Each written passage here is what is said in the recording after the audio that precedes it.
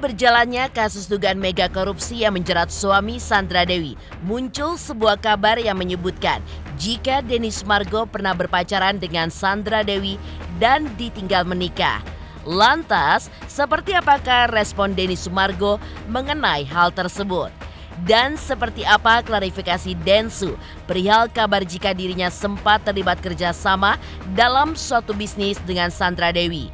Selain itu, Densu pun juga berkomentar soal tuntutan publik agar Kejaksaan Agung pun juga memeriksa Sandra Dewi terkait kasus yang membelit suaminya.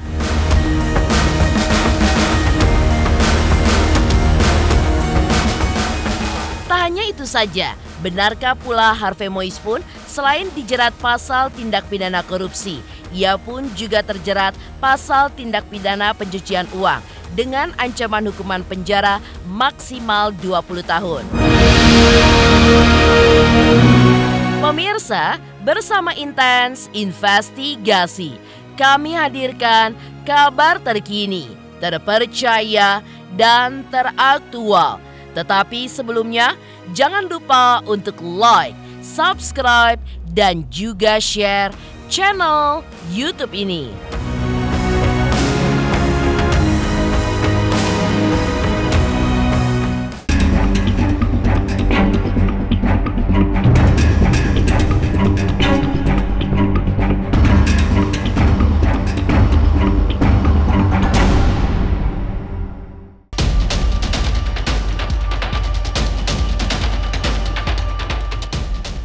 Denny Sumargo akhirnya angkat bicara terkait dugaan kasus mega korupsi yang menetapkan suami Sandra Dewi, Harvey Mois, menjadi tersangka.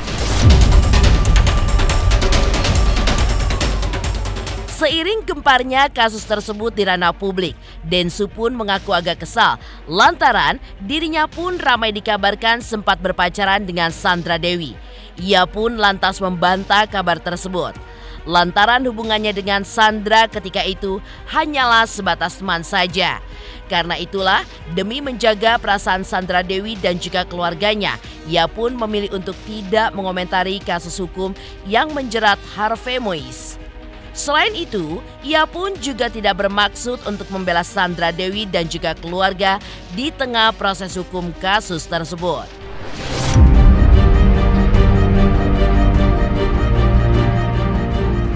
Ini gue lurusin. Jadi yang gue agak kesel sih sebenarnya nonton berita di tengah beritanya, maaf ya, Sandra Dewi dan suaminya. Gue berempati dengan masalah apa yang orang alami karena itu buat gue bukan suatu hal yang menyenangkan. Di luar konsep bahwa itu adalah sebuah hasil apa dan apa. Cuman ketika disambungin ke gue kayak kurang nyaman aja karena gue kenal Sandra itu udah lama, 2008-an. Dan gue memang pernah sempet deket, tapi tidak sampai pacaran gimana-gimana. Jadi ketika orang bilang pacaran, gimana sih rasanya gini? Enggak, gue cuma temen dan lagi dekat, tapi tidak sampai pacaran. Kebetulan Sandra beli rumah di dekat rumah gue sekarang, dan kenapa gue beli rumah gue yang sekarang itu karena gara-gara gue pernah nganter Sandra ke situ doang. Tidak lebih, tidak kurang. Jadi gue tidak happy ketika akhirnya kesannya kayaknya bagusan Densu. Ngerti kan, bagusan Densu. Dibandingin gitu ya? Dibandingin, no. Gue tidak lebih baik dari siapapun. Dan gue gak seneng ketika gue dibanding-bandingkan gitu dan gue dibagus-bagusin.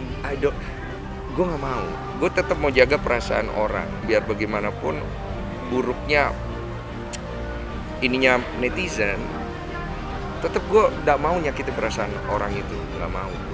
Gue gak bisa komentar masalah ini karena masalah ini masih bergulir dan masih ada hal-hal berikutnya yang bisa terjadi. Gue pribadi gak mau komentar karena gue ingin menjaga perasaan Sandra dan keluarganya. Dan menurut gue tidak tepat kalau gue berkomentar masalah apa yang terjadi dalam keluarga mereka. Membenarkan pun tidak mau, ataupun membela pun tidak mau. Jadi gue pikir lebih baik gue tidak berkomentar tentang hal itu dan menjaga perasaan mereka saja sih.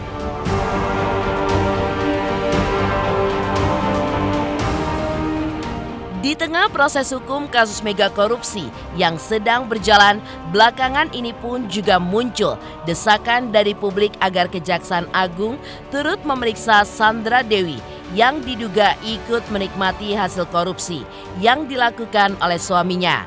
Lantas, seperti apakah komentar Densu ketika mendengar tuntutan dari masyarakat terhadap Kejaksaan Agung?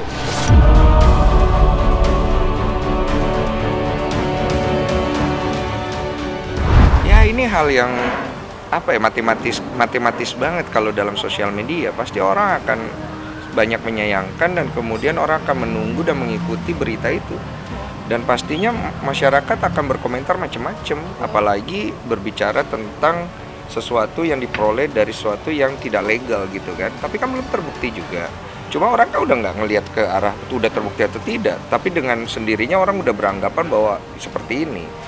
Jadi udah gue pikir itu udah pasti hal mutlak yang akan terjadi, dan semua orang bisa menghujat, tapi gue pikir gue nggak mau ikut menjadi bagian dari itu.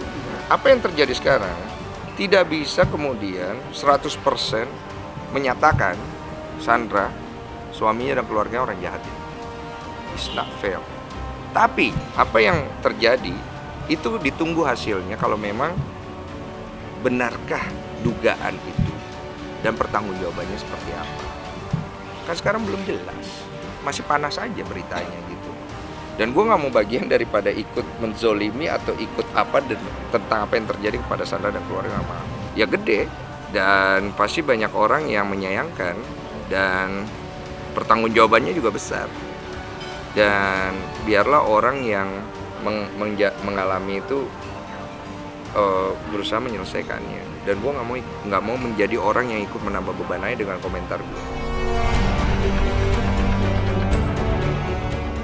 Sementara itu, selain menuntut Kejagung untuk memeriksa Sandra Dewi, netizen pun juga meminta agar Denny Sumargo mengundang Sandra Dewi untuk menjadi bintang tamu dalam podcastnya. Menurut Denny Sumargo, ia tidak ingin campur tangan dalam urusan orang lain. Dan jika Sandra sendiri yang mau bicara di podcastnya, maka ia pun akan dengan senang hati menerimanya. Bukan karena ia tidak memiliki empati terhadap teman sendiri. Namun, Densu pun juga berpikir panjang terkait kasus suami Sandra Dewi tersebut. Gak berani gue ngundang Sandra, serius berani gue. Gue menghargai privasi dan perasaan dia. Kalau lu tanya kenapa gue nggak undang, gue menghargai lah. Gue tahu lah kondisi lagi sulit buat dia dan keluarganya. Kalau misalnya dia mau datang, gue kasih bantu. Tapi kalau mengundang, gue pikir tidak, karena gue nggak mau kesannya kok lu nggak ada empatinya sih sama temen sendiri, nggak gitu. Gue juga masih mikir, jangan.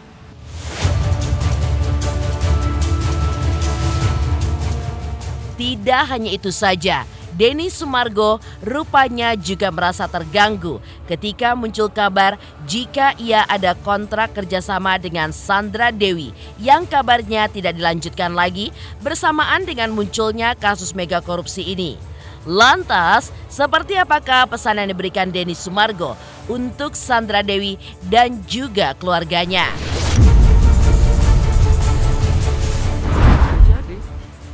Nggak kenapa-napa sih sebenarnya, udah tiba-tiba masing-masing aja gitu ya. Iya, udah gitu doang, masing-masing.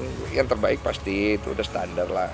Dan saya tidak mau ikut campur, ikut berkomentar lebih banyak. Saya berempati sebagai manusia, dan saya pikir ini bukan kondisi yang menyenangkan buat Sandra dan keluarganya. Gue just pray for you and support, dan semoga bisa melewati ini dengan baik dan bisa memberikan tanggung jawab juga kepada masyarakat supaya bisa memulihkan juga nama baik. Beralih dari angkat bicaranya Denny Sumargo terkait kasus dugaan korupsi yang menimpa Harvey Mois. Lantas, seperti apa klarifikasi Densu yang membeli rumah dekat dengan kediaman Sandra Dewi dan Harvey Mois? Benarkah ada kisah Densu sempat ditinggal menikah oleh Sandra Dewi? Pemirsa Intens Investigasi, jangan lupa saksikan terus Intens Investigasi. Dan pastikan jangan lupa untuk like, subscribe, share, dan juga komen jelang 3 juta subscribers channel Intens Investigasi. Hai pemirsa, jangan lupa saksikan Intens Investigasi yang tayang 1 hari 5 kali. Wow, keren banget. Jangan lupa ya di like, di subscribe, dan di komen. Pokoknya keren banget buat Intens.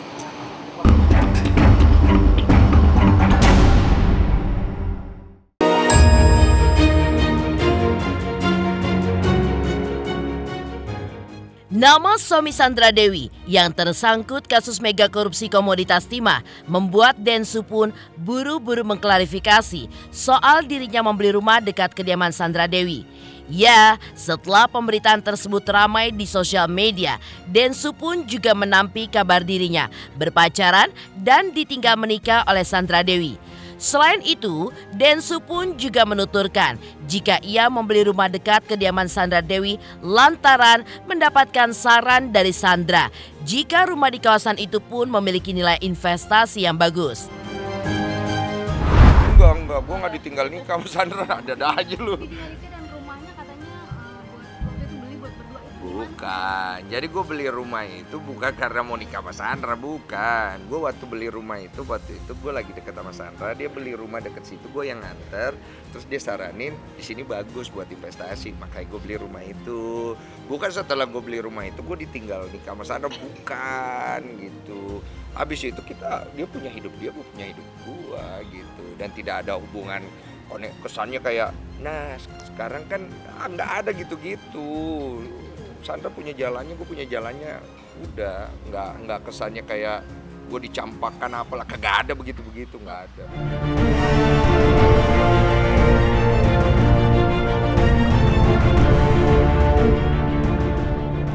Tidak hanya itu saja, terkait netizen yang salah sasaran dengan menghujat sosial media artis lain yaitu Dewi Sandra, Densu pun tidak menampik bahwa kedua artis tersebut memang seringkali tertukar namanya. Densu pun menduga jika hal tersebut dilakukan netizen hanya sebatas bercanda, walau tidak menampik ada pula yang serius. Karena itulah, Densu pun juga berharap agar netizen meminta maaf kepada Dewi Sandra yang menjadi target salah sasaran. Netizen juga kan emang nggak tahu ya, netizen tuh kadang-kadang suka bercanda juga, kadang-kadang serius. Tapi ya kalau salah kayak begitu kan kalau kita lihat kan jadi lucu aja gitu loh. Dan kasihan juga sih yang siapa, Dewi Sandra. Tapi memang suka ketukar-tukar. Tapi memang suka ketukar, jujur lah. Memang kadang-kadang suka ketukar dan tidak semua netizen itu kan sangat memperhatikan. Tapi buat netizen yang salah orang, minta maaf lu. Ada aja bulan Ramadan lu orang, iya sakit hati orang lu. Menepi dari klarifikasi Denny Sumargo yang membeli rumah berdekatan dengan kediaman milik Sandra Dewi dan Harvey Mois. Lantas, benarkah Harvey Mois pun terancam hukuman penjara maksimal 20 tahun penjara? Pemirsa Intens Investigasi, jangan lupa saksikan terus Intens Investigasi. Dan pastikan jangan lupa untuk like, subscribe, share, dan juga komen jelang 3 juta subscribers channel Intens Investigasi.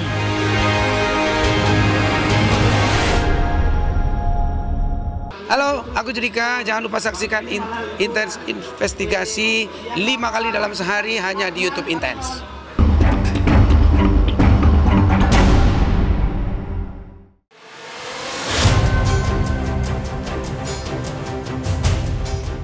Kejaksaan Agung menyebutkan bahwa suami Sandra Dewi Harvey Mois yang terlibat dalam kasus mega korupsi komoditas timah terancam hukuman penjara maksimal 20 tahun.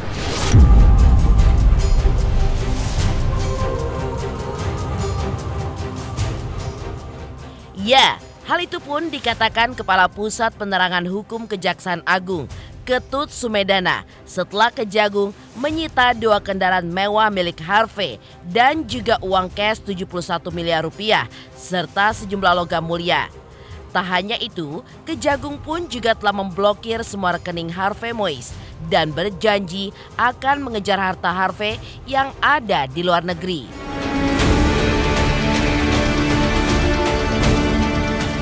Kalau untuk pasal TPPU ya, sebagian daripada tersangka yang 16 itu sudah kami sangkakan pasal itu.